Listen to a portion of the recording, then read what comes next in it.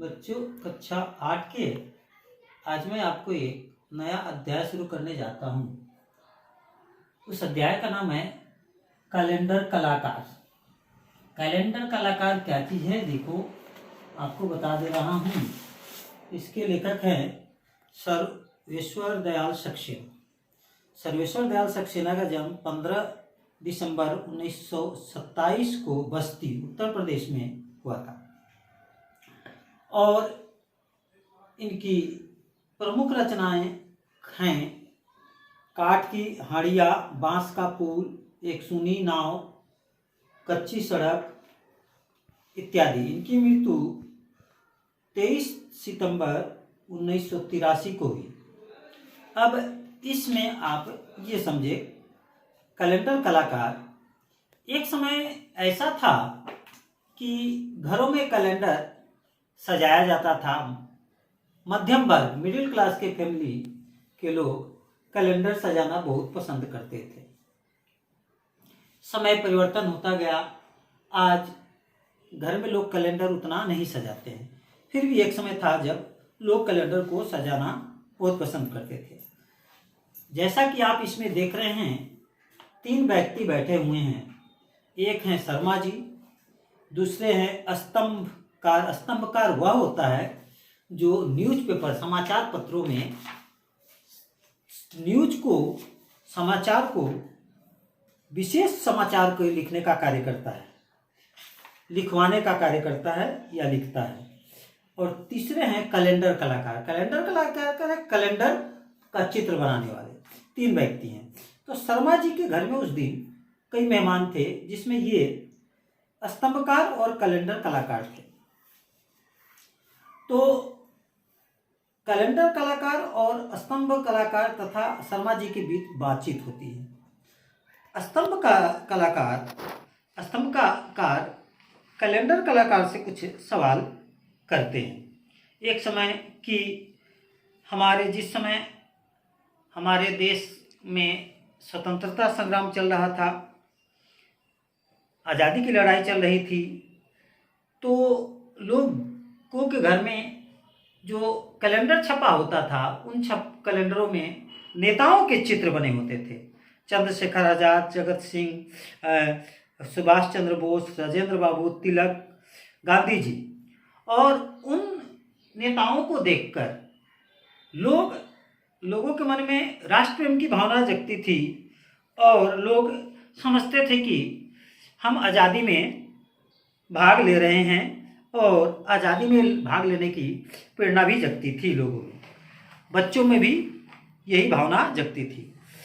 फिर धीरे धीरे देवी देवताओं का भी कैलेंडर छपना शुरू हुआ। लेकिन आज समय बदल चुका है, न तो नेताओं का कैलेंडर छपता है, ना देवी देवताओं का कैलेंडर छपता है। अब उसके जगह आजकल क्रिकेटर या फिल्मी कलाकार का छपता है। अब वह भी बदल चुका है, समय आ चुका है। अब तो लोग कैलेंडर छपवाते नहीं, दीवार पर ही कुछ लोग चित्र बनवा लेते हैं। तो यह सब देखकर स्तंभ कलाकार पूछता है कैलेंडर कलाकार से कि क्या बात है, आजकल आपकी कैलेंडर नहीं छप रही है, क्या राजनेताओं का कैलेंडर छपना बंद हो गया है? तो यह देखकर शर्मा जी बोलते हैं कि राजनेताओं का कैलेंडर क्या छपेगा? क्या आजकल ऐसे कोई नेता रह गए हैं हमारे देश में जो कैलेंडर छपेगा? शर्मा जी बोले, आजकल के नेता भ्रष्टाचार हो चुके हैं। अतः यदि किसी नेताओं का कैलेंडर छपता है तो लोग यदि उस कैलेंडर को अपने घरों में टांगते हैं तो लोग समझते हैं कि उसी पार्टी के हैं ये, और कोई भी पार्टी आज भ्रष्टाचार से अछूत नहीं है। सभी में भ्रष्टाचार है। अच्छे नेताओं की संख्या बहुत कम है। पहले के जो नेता, त्याग था, तपस्या थी, राष्ट्रीय भावनाएं थी, आज के नेताओं में वो नहीं है। इसलिए लोगों के मन में, आजकल के नेताओं के मन में घृणा की भावना जाग गई है। इसलिए अब शायद इसलिए नहीं छपता है। तब स्तंभ कलाकार की बचपन की यादें आती हैं कि एक समय ऐसा था जिस समय गांधी जी और कृष्ण के साथ एक चित्र छपा था जिसमें कविता बिराउदली कविता लिखी थी। वह माखन चोर कहते थे, यह नमक चोर कहलाते हैं। गांधी जी नमक आंदोलन किए और श्री कृष्ण क्या चीज माखन चुराते थे, इसलिए इनकी की गई। इसके बाद तब यही स्तंभ कलाकार पूछता है कैलेंडर कलाकार से, क्या इसलिए नेताओं के कैलेंडर नहीं बनते आजकल? तो बोलता मालूम नहीं, किंतु उनकी मांग आजकल नहीं है इसलिए कोई बनवाता नहीं है। वैसे बाजार में नेता लोग अब नहीं चल रहे हैं। तो फिर पूछते हैं तो देवी देवताओं के कैलेंडर बनते होंगे? तो बोलता नहीं, अब देवी देवताओं के भी कैलेंडर नहीं है। तो क्यों नहीं है? तो स्तंभकार को याद आता है कि एक समय लक्ष्मी जी, गणेश जी, पार्वती जी, सीता, राम, लक्ष्मण, भरत, इनका कैलेंडर छपता था बचपन के दिनों में जब वह देखता था। तो वो बोला कि इनके भी नहीं चलते। तो पूछा क्यों नहीं चलते, क्या आज बाजार में धर्म नहीं रह गया? तो शर्मा जी बोले क्या नहीं रह गया, उस धर्म का भी सूरज ढलने लगा है। अब धर्म में भी रोशनी फीकी पड़ने लगी है। धर्माचार्य मध्यवर्गीय लोगों के मन में धर्माचार्यों के प्रति भी आक्रोश आने लगा है और दीपक बुझने लगा है। तब स्तंभ कलाकार पूछते इसका क्या कारण है? तो कहते हैं कि आदमी अब धर्म कर्म कांड के कारण लोगों के मन में उदासीनता छाने लगी है। केवल लक्ष्मी गणेश का प्रवेश, धन दौलत का प्रवेश केवल कुछ ही लोगों के घर में रह गया है। लोगों की आस्था कम होती चली जा रही है। तब स्तंभ कलाकार फिर पूछता है कि क्या महापुरुषों और संतों के कैलेंडर का क्या हाल है? उनके छप रहे हैं? तो फिर वह कलाकार जवाब देता है, चित्रकार कलाकार, कि नहीं, वो भी नहीं चल रहे हैं। तो स्तंभकार को बचपन की याद आती है कि विवेकानंद, रामकृष्ण परमहंस, राणा प्रताप, शिवाजी, दयानंद आदि लोगों की याद आती है जो कभी दीवार पर उनकी कैलेंडर टंगी होती थी।